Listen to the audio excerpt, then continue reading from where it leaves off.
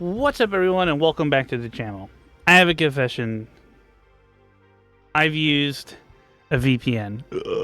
I know, and there's a lot of back and forth about, is it cheating, is it not cheating, and technically it's not in Call of Duty's TOS that you can't use one, so therefore it's not really a cheating or against the rules. It's kind of one of them things, like either you are Team VPN or you're Team No VPN.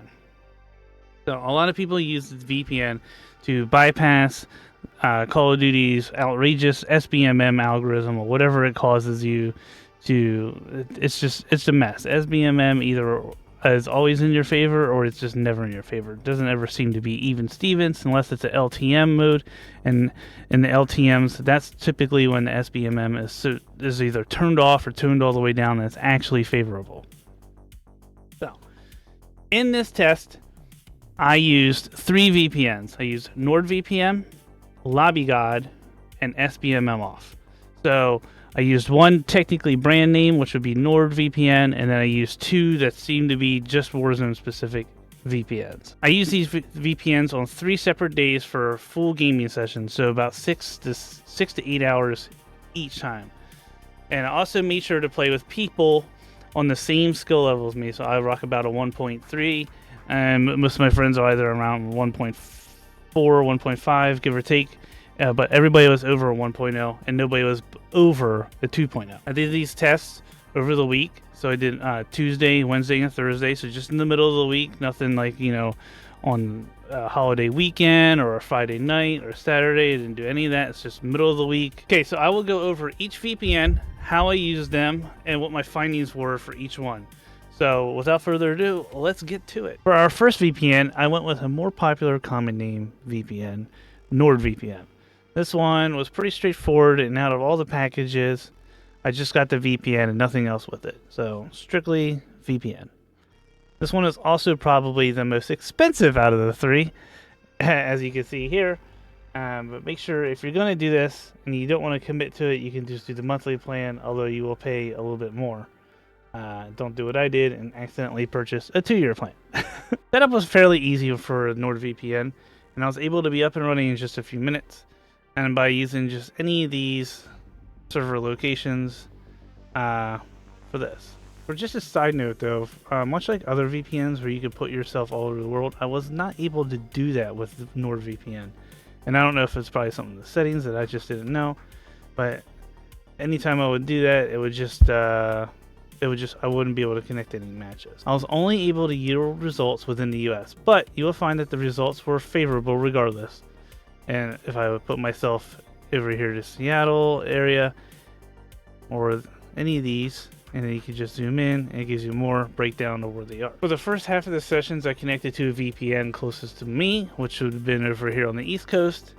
And then for the second half, I connected to a VPN, which had been over, I think I did Seattle, so on the West Coast. And it yielded about the same results overall. Quick tip. As I said, that if you are going to VPN with NordVPN, with any VPN, you want to make sure that you know where the Warzone servers are. So here is a map thing. It just shows all the locations of Warzone servers. So if you are going to pick a location that you want to VPN to, make sure you VPN closest to one of these locations. So I hope this helps. Okay, so here are my findings while using NordVPN. Over this test, we played Duo Resurgence, Trio Resurgence, and Trio BR, which was in Vondel. And we also did some duo trios with no fills. We did not find any cheaters that I can notice. I didn't see any blatant cheaters there wasn't really any sus activity going on. I did not encounter any overly sweaty teams. There wasn't a bunch of nuke teams running around, or I didn't notice anybody who was like nobody was a diamond rank or higher, no crimsons, no Eries from last seasons.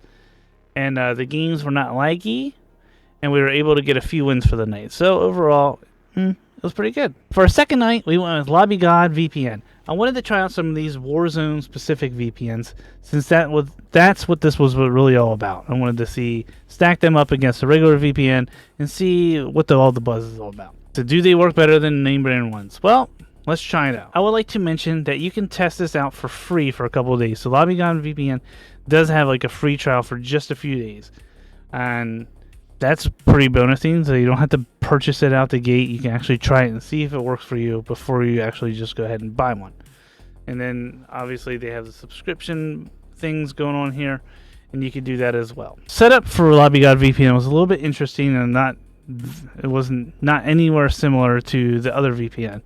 And in this case, you go here, and then it tells, and then you click on if you're a PC, Xbox, PlayStation, or other, and then you get instructions here on how to download it.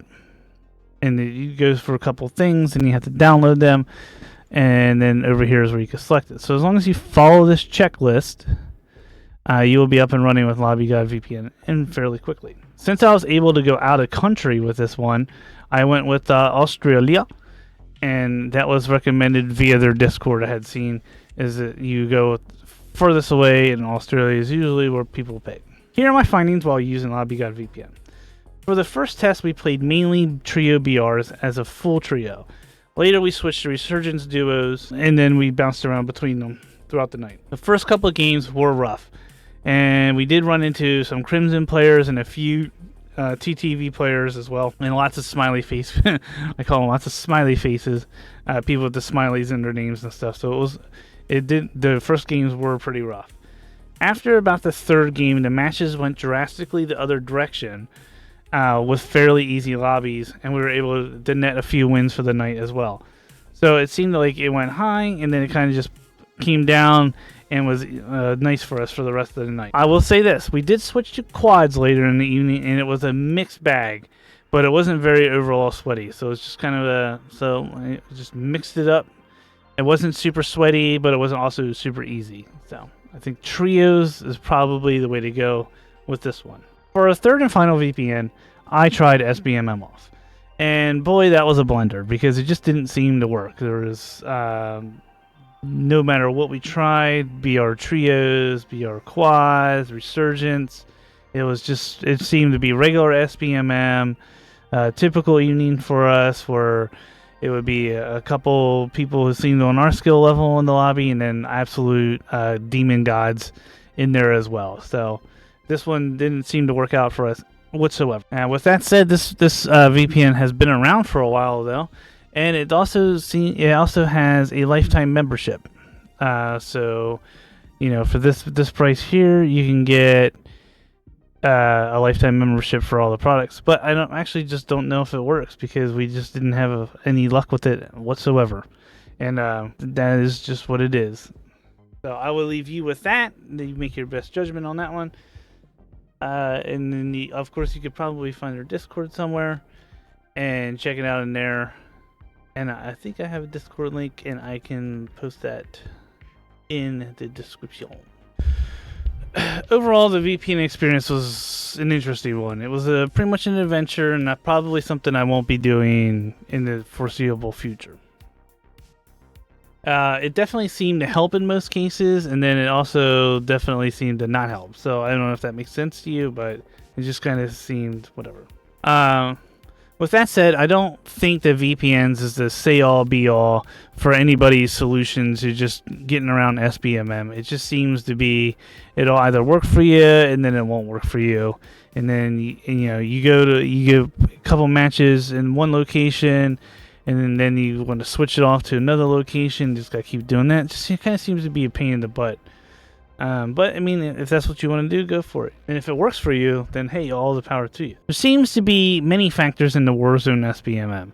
And while Call of Duty has not openly come out and talked about it or said what those things are, I mean, they did say what the multiplayer was, but they didn't say what the Warzone was, and they were pretty clear that the two are different from each other. I'm going to go ahead and guess that a few of these factor into the Warzone SBMM. First and foremost is probably your KD.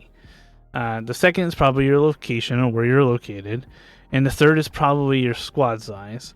Because it definitely seems that if you do like a trio quad or a duo quad, it tilts the SBMM somehow. What we can eliminate from the pool of possibilities is that it doesn't account for your account status.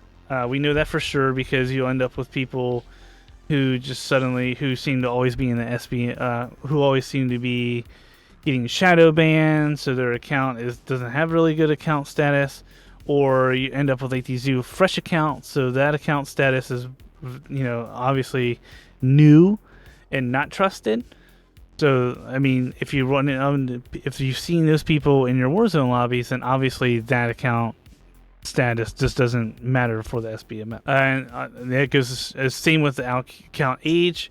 You know, fresh new account, level 52 or something. Like, what the heck? Why is this account here? You know, I'm a level 450. My account has been around since 2019's Call of Duty, so I'm not exactly sure why we're paired up together. And then obviously again, account rank, you know, goes with the same thing. So all those, I don't believe those are at all anywhere in the SBMM algorithm. It has nothing to do with that stuff. It's just other things that they haven't come out and talked about. Also, is it me, or have you noticed that, like, if you have, so mine's that T101 guy, I will notice, like, every few matches I run into another like T101 or another like that guy thing. I don't know if that's just me. Let me know if you've ever encountered that. But it's just kind of like, you know, if you buy like a blue car, then everybody has the same blue car, and you just notice it and never noticed it before. Okay, so that was just my adventure with the VPN, and I just wanted to see, you know, if they stack up and what they're all about. You go on Twitter or X, and it's just nothing but SBMM, Call of Duty talk. You should use VPNs. You shouldn't use VPNs. Are they cheating? Are they not cheating? Whatever. But I think we can all come to the conclusion that Call of Duty's SBMM sucks butt, and it probably needs to be fixed. So that wraps it up for today's video. I just wanted to see if things worked out. Sometimes it did, sometimes it didn't. If you found the video useful, go ahead and drop a like and possibly subscribe to the channel. Just trying to make it grow, trying to make, you know, things happen. And I will catch you guys soon with the next video. Peace out.